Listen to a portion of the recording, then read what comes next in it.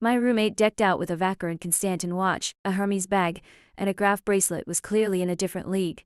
We didn't exactly vibe at first, but after the National Day holiday she surprised me with a Chanel gift and some sweet talk. "You're pretty cute, Nancy. I think we could be friends." "Friends? I'll be your loyal servant from now on," I teased. Claire, the rich girl, was perfect in every way except for her habit of throwing money at me to get her way. We were having a blast eating until she scrolled through Weibo and exploded with rage. Then she turned to me, practically begging, "Nancy, please help me with something." "I'm begging you." "What's up?" I asked, my scalp tingling with unease. Claire had an older brother, James, who studied at the university next door. His name had a certain ring to it, cool, confident. A charming, handsome, wealthy playboy with a temper like fire and the arrogance of a spoiled heir. Claire, in her reckless way, wanted me to flirt with him. "Why, Claire, has he lost his mind?" I asked, baffled.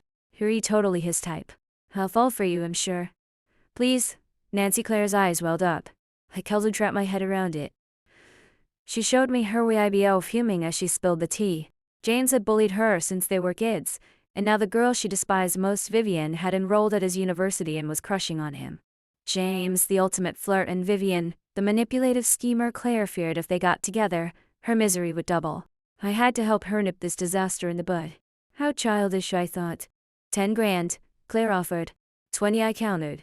50, she shot back.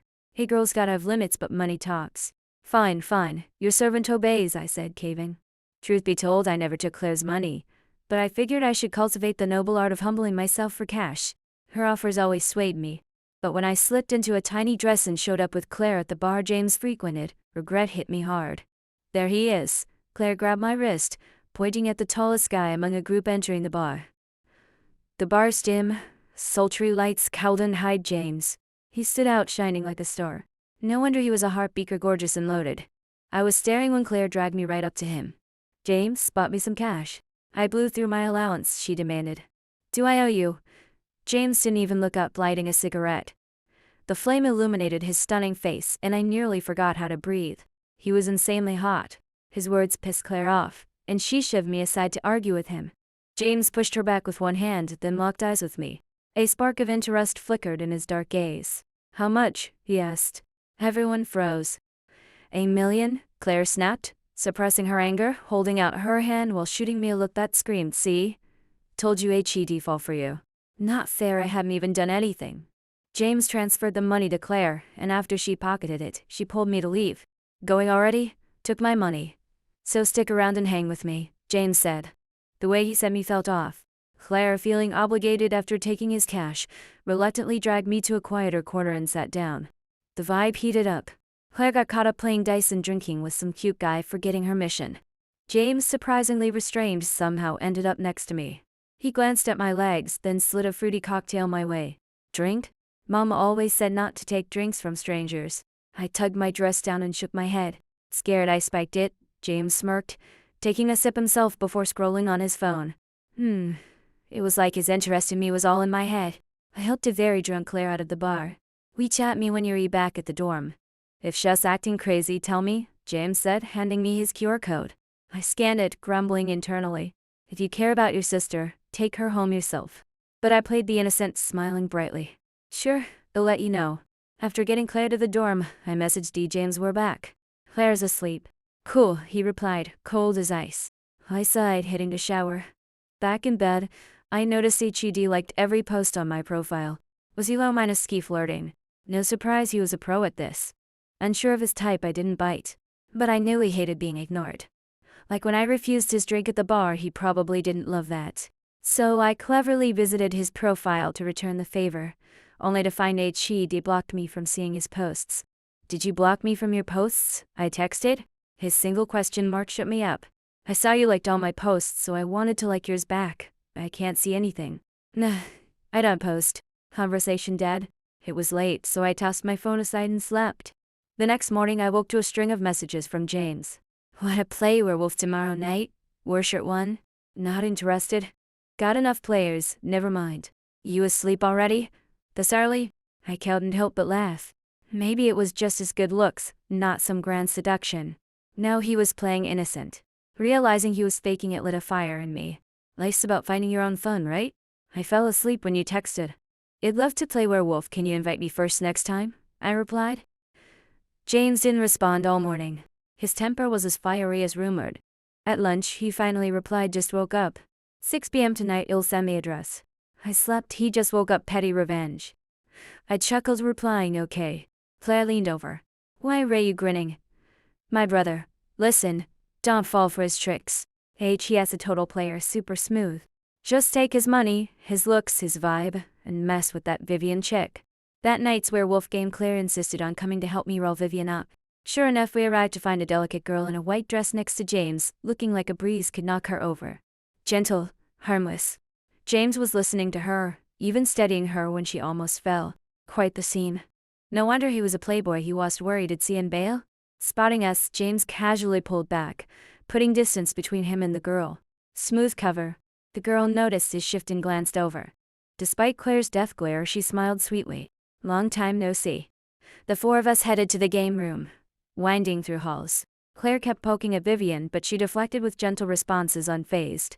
Claire was fuming, and even my pinch didn't calm her. Finally, James stopped, frowning at Claire. Is that how Mom and Dad taught you to talk to people? Here you want to talk, James? All polite and proper, huh? Just 'cause Vivian is pretty, you're defending her? Claire shot back. First time I saw siblings go at it like this. James clenched his jaw, eyes narrowing, barely holding back a get lost. If he said it, Claire would storm off, it'd follow, and Vivian would win the day. No wonder Claire cowed and outplay her. I grabbed James's hand, which was pointing at Claire. Don't be mad. Claire didn't mean it. Weirdly, he deflated like a punctured balloon. He glanced at our hands, then at me, muttering a casual yeah before walking off. Vivian shot me a look and hurried after him. Claire, still in shock, stood frozen, angry and disbelieving. I pulled her aside, breaking down the pros and cons. She was dumb, she got it, hugged me, and praised my smarts. She swore not to target Vivian directly anymore, promising not to sabotage me. Fine, let's hope so. Not everyone had arrived, so we played truth or dare first. James asked me if you could date anyone here, who'd it be? The room erupted in cheers.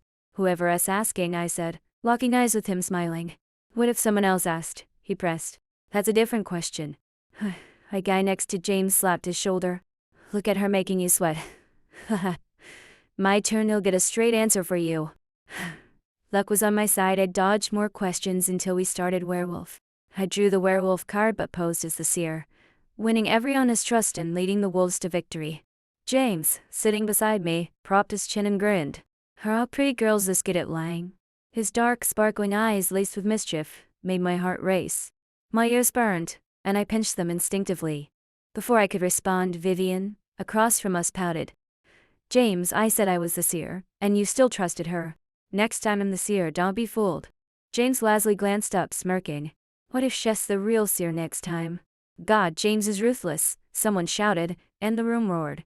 In this vibe, I felt my cheeks flush. Claire, thrilled, tugged me, her eyes sparkling with admiration, then smugly raised her chin at Vivian. It hit me, I nearly fell for James's charm. Help, did Claire throw me into the fire? He was too good at this.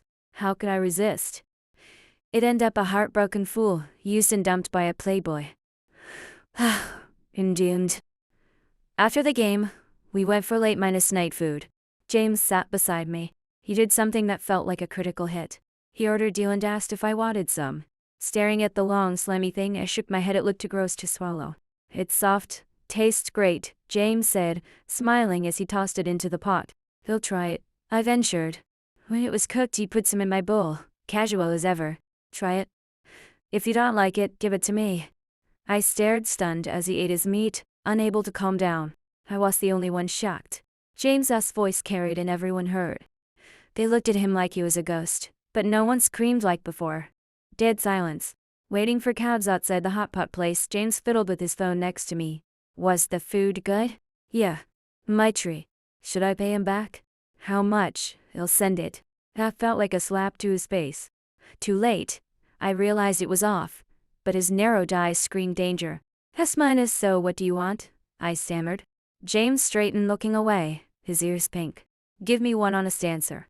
I blinked, confused, and he rushed out, almost shy if it was me asking, would you still want to date them? My heart pounded so loud it echoed. Thankfully, the cab arrived. Claire yanked me in. James's face was tight, like he wanted to chase us but held back. He pulled out a cigarette, lighting it with a wild, untamed vibe. So damn hot. I rolled down the window. Yo. As the cab drove off, James stood under the streetlight wide, watching us, a flickering flame and a long shadow I cowed that look away from. Hey Playboy turning back even if it's cliché, who could resist when it's real? Then, a text from James, what about dating me? Think about it. Leaving class, I saw James' text asking if I wanted to grab food. Just finished class. Where are you? I replied. Look up. I did, and there he was, leaning against the second -4 window, smiling down at me. Pure charm. Since that late -night meal, we'd been in this flirty limbo, but we hadn't met into weeks. James tugged his black tee, strolling toward me. Within seconds, a blushing girl approached him. He leaned down, listening, all casual with a hint of a smile. I ignored the weird pang in my chest. They both glanced at me. James pointed my way, and the girl ran off, red -faced. I should have asked what they talked about. But Claire's warning from that day echoed, don't fall for his tricks. So I just smiled, walking up. What brings you to my school? He seemed surprised I didn't mention the girl, pausing to look at me deeply but saying nothing. Attended a talk here. I led him to the cafeteria, paid for lunch, and walked him out. We barely spoke, awkward like old friends reuniting. Free this weekend? James asked, avoiding my gaze, watching students pass by. Another outing? I'm a good student though. I've got a group project super important. Why? Nothing. He nodded and left, seeming indifferent. That afternoon I couldn't focus. The professor called on me, and I blanked. Claire saved me with the answer. Daydreaming about my brother. Claire fumed, looking betrayed. I panicked, guilty. No way. Good. Don't fall for that jerk. HES the worst. It's his birthday this weekend, big party at home, tons of friends, and he invited Vivian. I asked if he invited you, and he said, why would I? I'm livid. We gotta take him down. Claire ranted nonstop. I exhaled, relieved she was just mad at her brother. That feeling again. I pushed it down, patting her hand. No big deal. I don't even like him. I'm not his latest catch. Didn't I promise to mess with him and Vivian? Also, he kinda mentioned it at lunch. Not about his birthday though. My presence didn't seem to matter. Claire laughed, agreeing. Tonight we're shopping. Get a dress, and this weekend, well, crash my place. I'll steal the show and make Vivian see her White Lotus act can't outshine a peony. That night, Claire and I hit the mall, picking a sleek black dress for me and a cologne for James's birthday. On Saturday, Claire rolled up in her Ferrari pure I- candy. A hot car for a hot girl. I was ready to turn heads at her place. I hopped into the passenger seat, hyped for my first ride in a luxury car. Claire drove to a famous hillside villa district in City B, stopping at a 2-story mansion. I knew her family was rich, but this rich? Her place was some 2,000 square per foot villa. It was a sprawling American style estate, each floor 7,000 to 8,000 square feet, all glass with gardens, exotic flowers, and an infinity pool that took my breath away. Inside the pool, gorgeous girls in bikinis and shirtless guys play. The BBQ area and living room were packed with beautiful people. I felt drowned in glamour. As Claire and I stepped out of her Ferrari, guys whistled, and girls cheered, all eyes on us. The sun was warm. I looked up to see James walking down from the glass house. He was dressed casually, shirtless, pale skin glowing, lean but muscular with defined arms and a 6- back. His V- line dipped into loose gray lounge pants. A body to drool over. I covered my mouth, scared it'd actually drool. Girls gasped at his physique. One boldly asked, James, can I touch? James grabbed a drink from a nearby table, downed it, and let the liquor trail from his throat to his collarbone, down his abs, disappearing into his pants. Here. He smirked, holding the glass, leaving it unclear if he was game. Such a teeth. I was inexplicably annoyed. What was I thinking? Why did I care? James, put on a shirt. Claire slammed the car door, storming toward her flirting brother. Surrounded by admirers, he finally glanced at her. Our eyes met. He froze, lashes fluttering. Then he turned and bolted, almost like he was fleeing. By the time Claire reached the door, she was swarmed with drink offers, losing her chance to school him. I didn't get why he ran when he saw me, but I was pissed. I trudged to Claire's side, sat down, and zoned out. After a bit, a slim waist appeared in front of me. Looking up, I saw James's face against the light. Didn't you say you had a group project? He handed me a plate of freshly washed strawberries. Just rinse these for you. I vaguely recalled telling him I loved strawberries. Dazed, I took the plate, noticing a cheaty change. A simple tee, gray slacks, and sneakers, basic but stunning. Wait, he swapped those suggestive lounge pants for proper slacks. His hair, no longer messy, was neatly styled. In a mansion this huge, no staff? Did he wash strawberries or just change? I didn't call him out. My mood lifted, bright as the sun. James was blind. He caught my scrutiny, touching his nose, ears pink. I just woke up, hadn't changed. I handed him the gift box. What do you get me? He opened it casually. Vivian, who decrapped up, chimed in cologne. James doesn't use cologne. I toured his place. His stuff's all custom from France. He wouldn't use this. My $1,000- cologne was dismissed as street trash. Her calm tone made it hard to snap back. James paused, glancing at Vivian. No words, no scowl, but the look was chilling. He opened the cologne, sprayed it on me while I was still stunned, then pulled me into a polite yet flirty hug, enveloping us in the scent. Smells great. I love it. His lips brushed my ear, his breath warm. Loud enough for everyone to hear.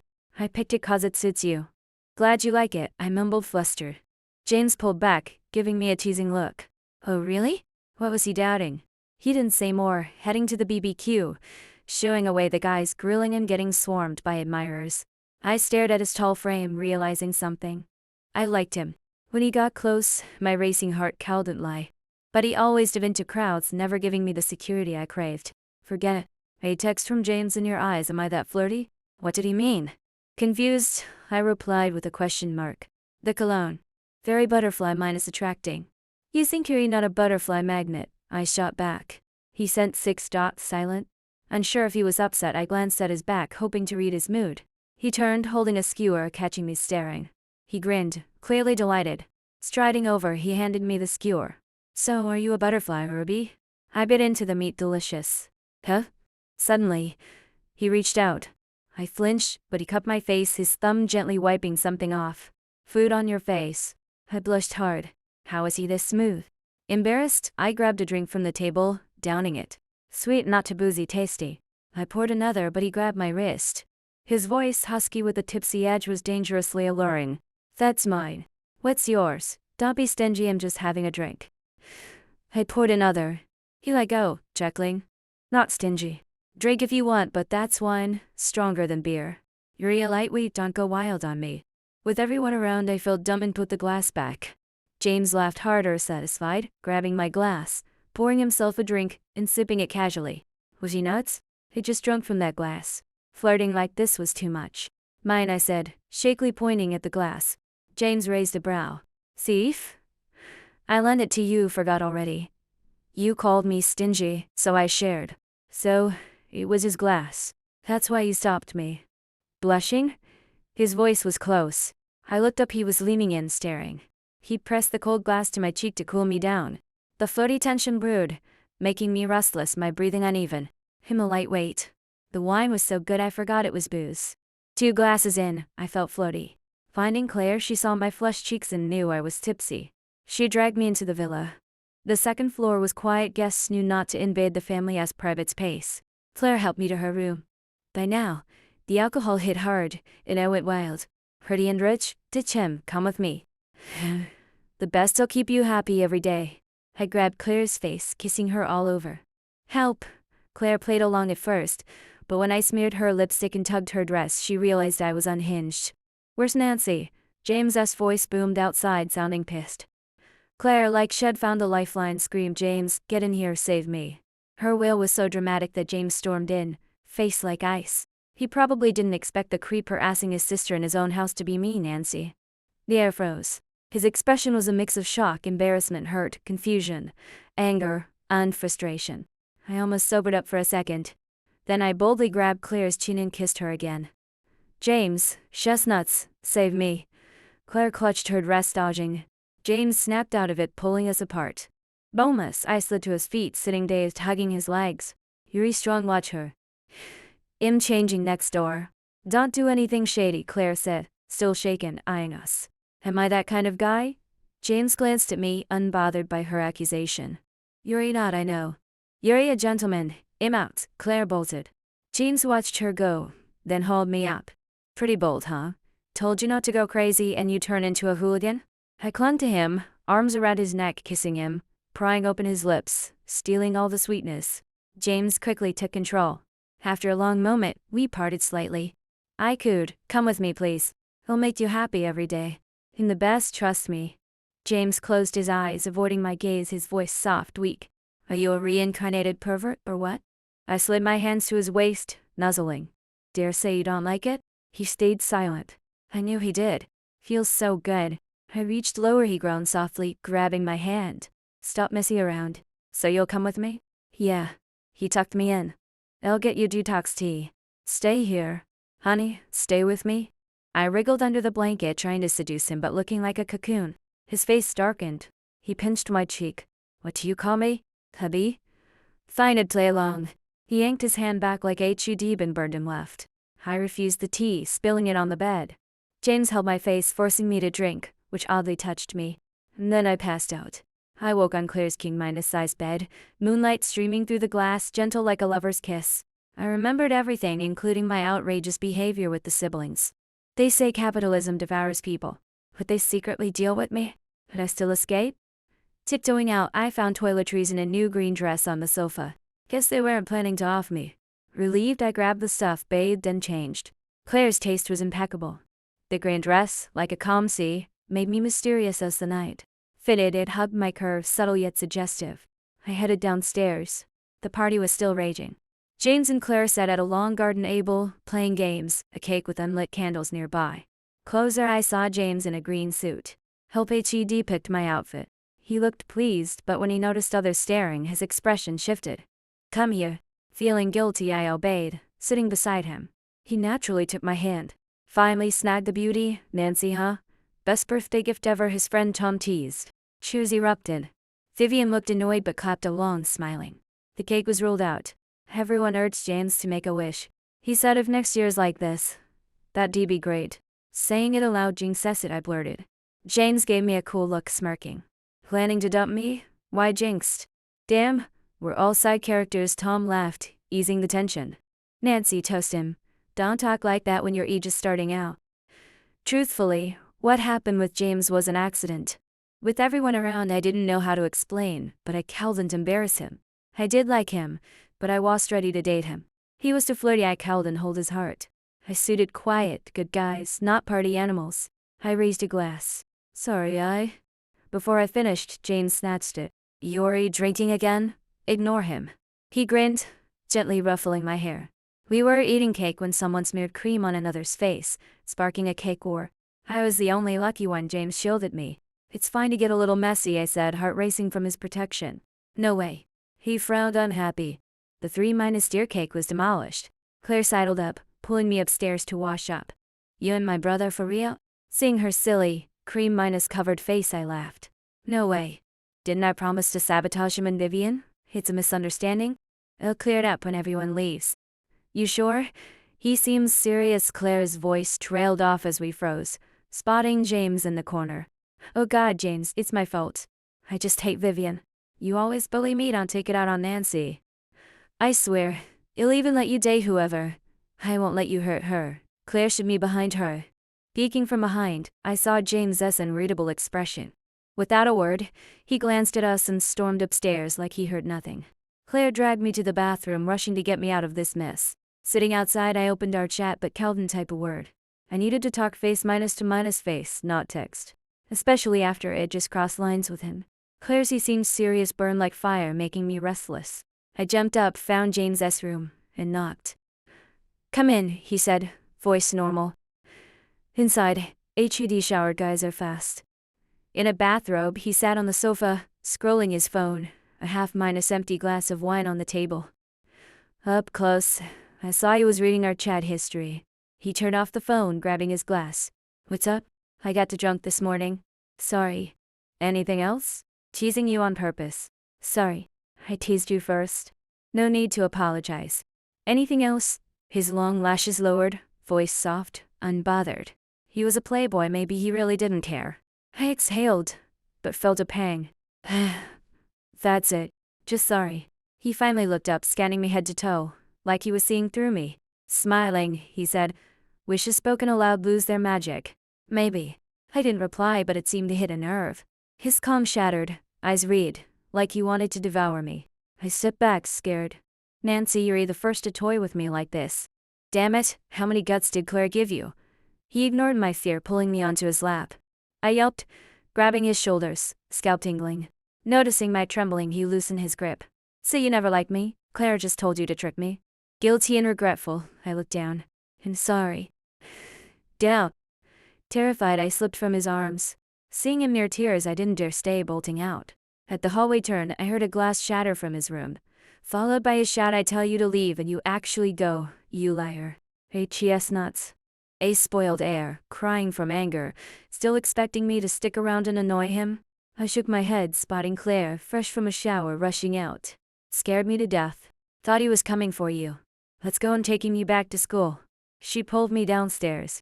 The party was still wild, guests waved as we left. Claire's red Ferrari roared through the snowy night, its engine calming my racing heart. Everything quieted. Claire opened up. I admitted I liked James but couldn't be with him. I feared falling too deep while H.E.D. just play and leave. Plus, our meeting was all scheme, she couldn't ignore that. Claire tapped the wheel, swaying to the music, grinning. They'll support whatever you do. But my brother treats you differently. H.E.S. a player, true, I never lied about that. In middle school he started dating, in high school he had multiple girlfriends. They all got along, no drama. His game's so strong, even him impressed. Not dating us, fine. Yuri, my girl, not swayed by looks. Back at the dorm, Claire scrolled through her feed and griped. She showed me posts from after we left the party. James, surrounded by friends, drinking and partying. Vivian sat close, all cozy, holding his glass, super intimate, stealing the show. I stared at the photo. Outside their villa, dim lights glowed. They sat at the long table from earlier. Vivian, next to James, tugged his sleeve, handing him a drink. Pure flirtation. My eyes stung. I pushed Claire's phone away, forcing a smile. Let it go. Time to sleep. Maybe it's their fate, you can't stop it. Jerk, today he said HEDB with Y. It's our issue, not theirs. Stop cursing. Sleep. I ruffled her hair, smiling sincerely. But I couldn't sleep, tossing until birds chirped outside. No classes that day, I slept in. That afternoon I hit the lab for a project, so busy I forgot why I was up all night. Life got full after that. James vanished from my world until winter break. Our schools, being sister campuses, had a love-minus hate thing going. They collaborated a lot. My advisor took us to their lab for a visit. It was the first time I saw James so serious. He was at a computer, glasses on, crunching data, scribbling something. He didn't glance at us when we arrived. After a polite greeting, he went back to work. Someone else guided our turn talk, so he stayed focused. Leaving, a senior from their school, Luke, stood outside, phone in hand. Hey, can I get your WeChat? After 3 hours I got Luke's serious, gentle, not a partier, reserved. My ideal type. I glanced back. My eyes met James's. He spun his chair, staring right at me. I lied blatantly. Sorry, I didn't bring my phone. Luke watched at me, smiled, pocketing his phone. No worries. Then my phone rang. Mortifying. I cowed and hid. Panicked, I answered without checking. James's voice echoed from the phone in the lab. Yo, where's my little kitten? Damn you, James. Luke and I turned to him. He lounged, legs stretched, phone loose in his hand, smirking at us. I hung up, smiled apologetically at Luke, and bolted. So embarrassing, but my heart raced. A few steps out, James texted, wait downstairs. Try running, I dare you. I didn't plan to wait, but I didn't dare run.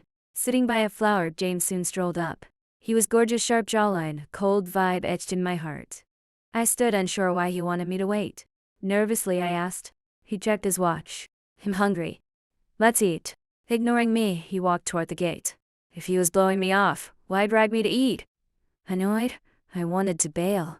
But I couldn't help it, running to grab his wrist.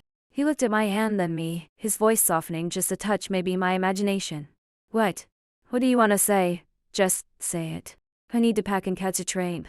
I'll eat there, I'm busy. He pulled his hand free, scoffing. Nothing to say. Go. Don't miss your train. Weird tone. I got him though. You want to hang out longer? Dream on. He smirked, mocking. Then can you drop me at the high-speed rail station? They'll treat you to food. Deal. Still cocky, he strode toward the gate. I laughed, catching up. Then I caught a familiar scent, the cologne I gave him for his birthday. Didn't he say it was too butterfly-attracting? James's matte black Lamborghini was a showstopper. In one semester, it'd ridden into luxury cars. We stopped at the station. After eating, he finally spilled what he'd been holding back. Why hadn't I contacted him for 3 months? He didn't believe I had no feelings for him. Bold, very capitalist of him. Seeing him ready to bare his soul, I decided to be honest. I do like you, but it's not enough to ignore our differences and be with you. Relationships need an outcome. I care about the endgame, not just the journey. I don't want us to end up hating each other, hurting. You're already sure you won't like me before even dating? Here's something else. He was mad, mocking me, itching to slam the table. His upbringing held him back. I patted his hand. He calmed like a stroke cat. I don't mean that. The more we hang out, the more I like you. But you love to play, and I don't. You don't keep distance from other girls, and I need security. Your dating history as well, I'm not sure I'm different from the others. If I'm always scared of losing you, it'll change into someone I hate. He'll hate me too. I can't accept that. I never liked anyone else, never did anything. They were all flings. His voice dropped to a mumble like he couldn't admit that playing with feelings was scummy and unreliable. The train was near. I waved, dragging my suitcase into the station. He asked if people who aren't serious in love end up miserable like dogs. I said no. I grew up without unconditional love, so I can't handle a future filled with fear. We're just not compatible, not because he failed. I failed. On the train home, it was dark. The station was packed with students and waiting parents. I didn't look around, heading straight for a taxi. Home was pitch-black. I flicked on the light, trudging upstairs to unpack. The door opened, footsteps nearing. Mom saw me. Nancy, you're back. The driver quit, your dad's out networking, and I'm beat from playing all day. Your brother's class is ending, pick him up. Sure. I zipped my suitcase. Taking the BMW Yoki's mom tossed, I drove to City's ES foreign language school, waiting outside. It was freezing, so I stayed in the car, lights on, waiting for Nick. 20 minutes, no Nick. I braved the cold, asking the guard. Under an old sycamore, Nick was kissing a girl. Tall, handsome, it looked like a rom minus come. I crossed my arms, smirking. Sensing the vibe, Nick and the girl parted. He glanced at me, grinned, and kissed her again. I marched over, yanking him away. And telling Mom, believe it? Nick didn't resist, chuckling. Go ahead. Idiot. I shoved him into the passenger seat, driving home fuming. We were close as kids. But at 5, Nick got lost, kidnapped, and sold to a remote mountain village, suffering. Found at 11, our family poured everything into making it up to him.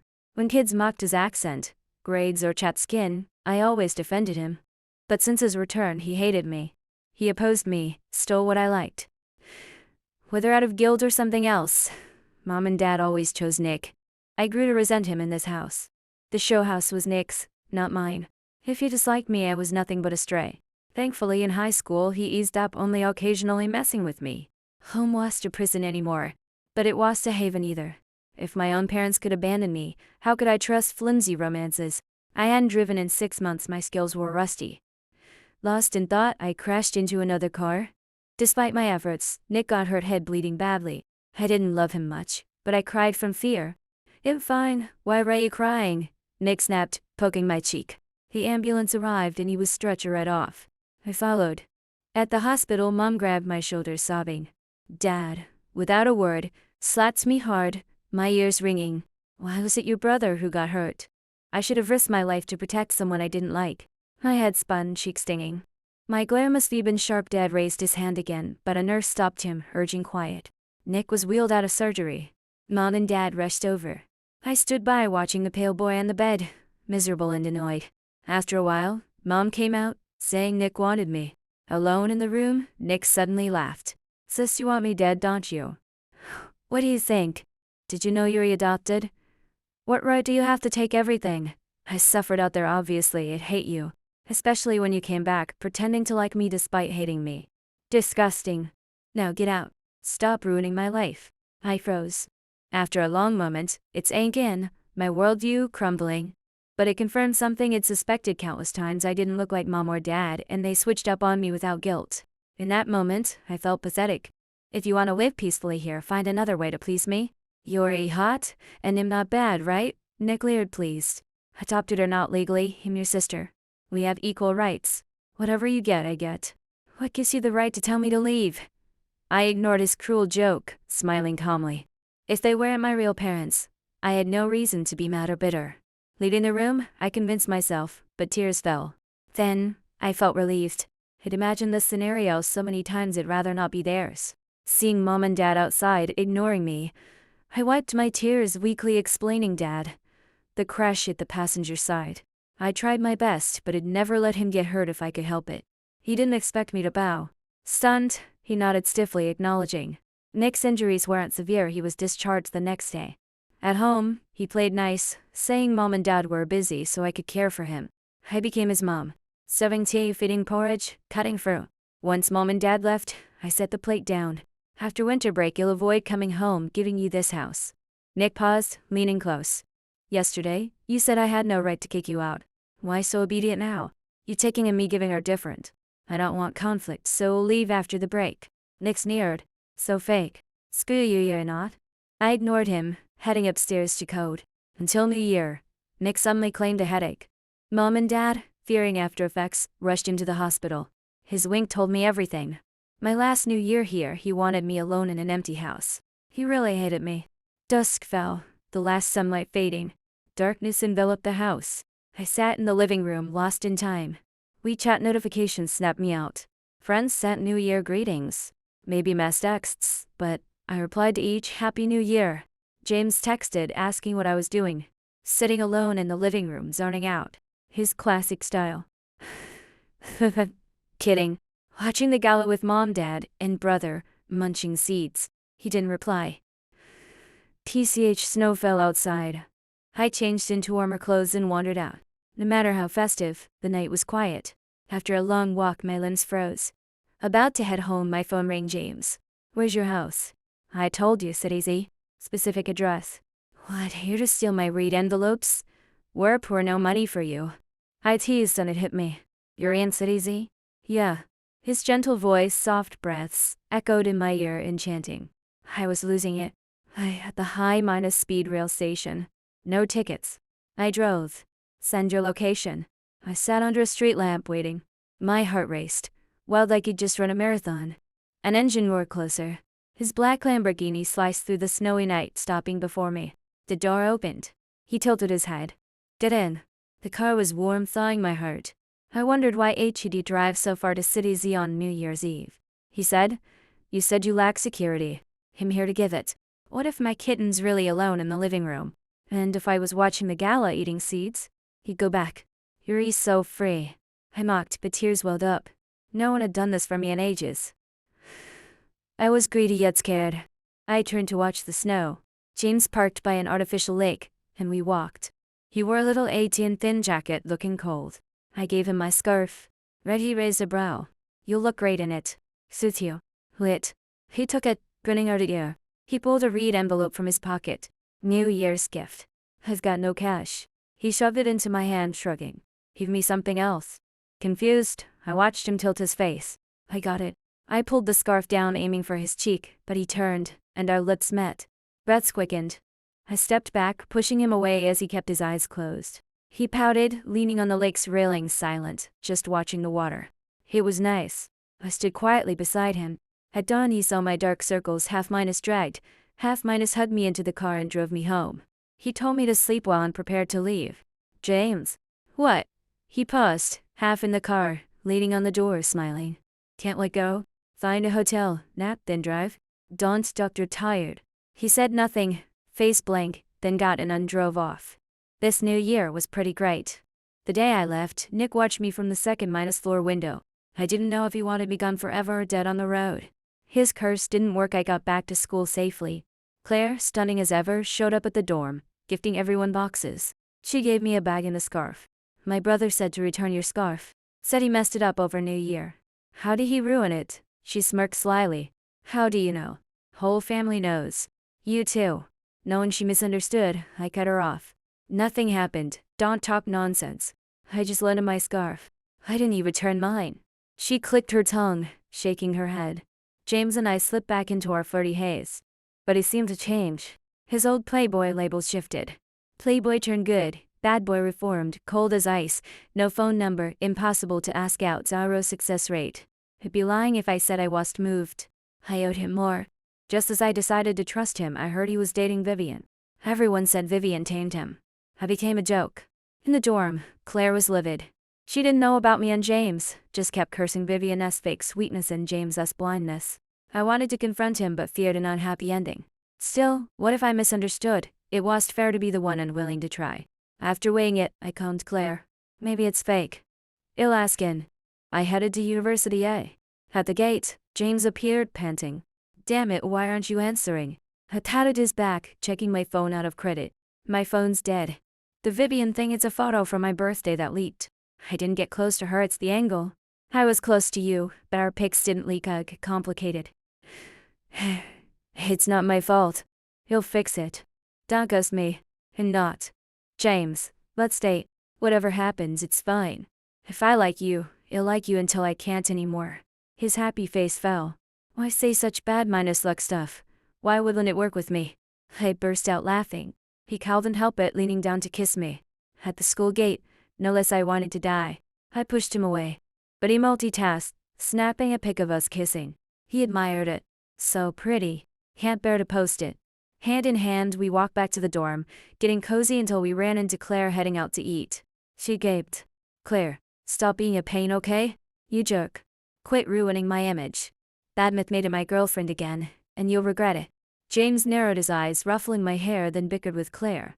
Claire dragged me to eat with her. She said confess or face the consequences. I spilled everything. She mocked James's downfall, then got serious. Honestly, HE's a bit of a jerk, but he was just clueless before. You can trust him a little. As for Vivian, well, team up and take her down. She spread those dumb rumors and I've got dirt on her. Don't worry. My dear sister minus in minus law, her sister minus in minus law, but felt so weird. I became the heroine in the legendary Playboy minus turn minus good tale. James was actually sweet. Besides classes and lab work, he spent most of his time with me. Even with friends, he brought me along. I had no real hobbies, so I tagged along to internet cafes. I learned to game, going from support to mid, then top, and finally stealing James's jungle role. He went from me to boost his rank. But he was thrilled his parents wanted him to study in the U.S. Go next year. My institute has a 3-2 program with University M. I can do my master's there. Just wait 1 year. A year. What if you change your mind? He bit me. Good. I pinched his waist. Plus, you're so hot. Really? His eyes turned dangerous, hands sliding to my waist, restless. I pulled him down, kissing him passionately. Hot enough to eat you up. He touched my ear, laughing. Go ahead, gritty kitten. I tapped his teeth. Sharp kitten teeth, don't let me hurt you. Enough, James. I saw him off at the airport. His eyes were red, pouting, asking why I didn't cry. Was I free to find new fun without him? I didn't dare cry ears, no one cares about are worthless. After he left, my cheeks were soaked. After a year of long minus distance, I earned an offer from University M. I flew to the U.S. to surprise James.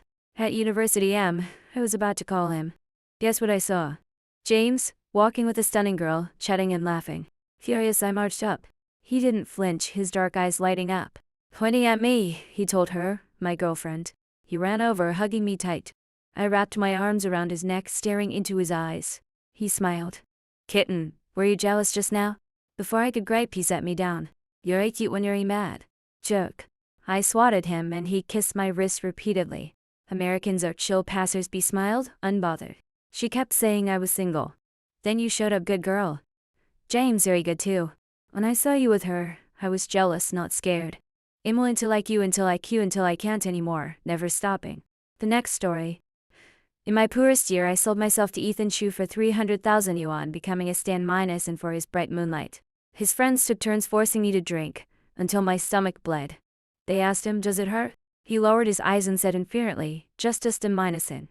Later, to save his moonlight, Ethan Chu watched me fall from a cliff into the sea. The rescue team never found my body. He suddenly went mad, searching for me everywhere. 5 years later, I was invited back to China and saw him at an event. He stared at me. Eyes read, I knew you didn't die. I've been looking for you.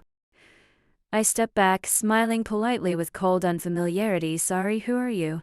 Don't forget to subscribe to catch the rest of this story in next video.